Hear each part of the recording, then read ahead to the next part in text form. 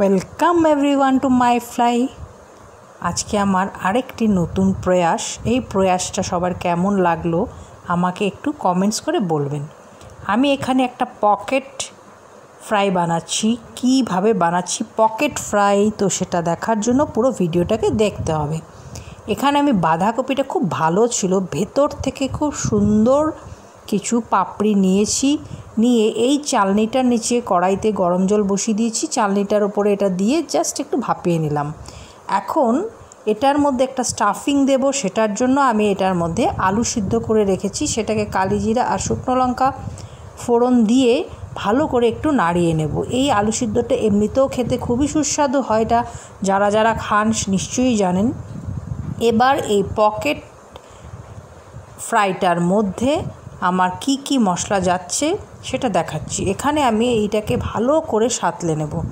তেলটা পুরো শুষে যখন একদম আলুটা ছেড়ে যাবে তখন মানে আমার পারফেক্ট হয়ে গেছে। এটা খুব বেশি সময় না, 5 মিনিটের মধ্যে এই আলু সিদ্ধটাকে আপনারা বানিয়ে নিতে পারবেন। আর এটা এমনিও খাওয়া যায়, খুব সুস্বাদু একটা খাবার। তো এটা আমার প্রায় হয়েই গেছে, কড়াই থেকে পুরোপুরি উঠে এসে গেছে। এবার আমি এই পকেটের মধ্যে সবাইকে ঢুকিয়ে দিলাম। পকেটের মধ্যে ওরা ঢুকে গেল। এবার ওদেরকে একটু সুন্দর করে একটু ঢাকনা টাকনা দিয়ে জামা কাপড় পরিয়ে এবার ওদেরকে আমি একটু ফ্রাই করব। তার জন্য একটা বেটার বানাতে হবে।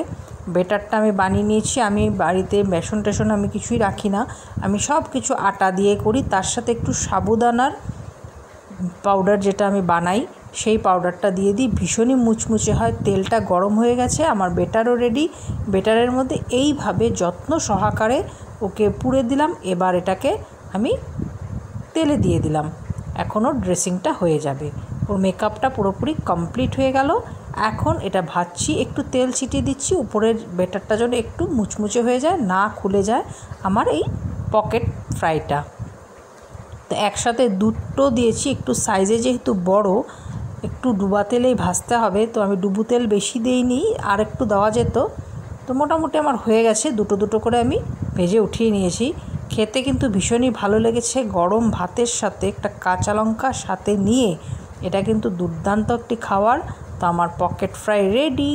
Thank you for watching.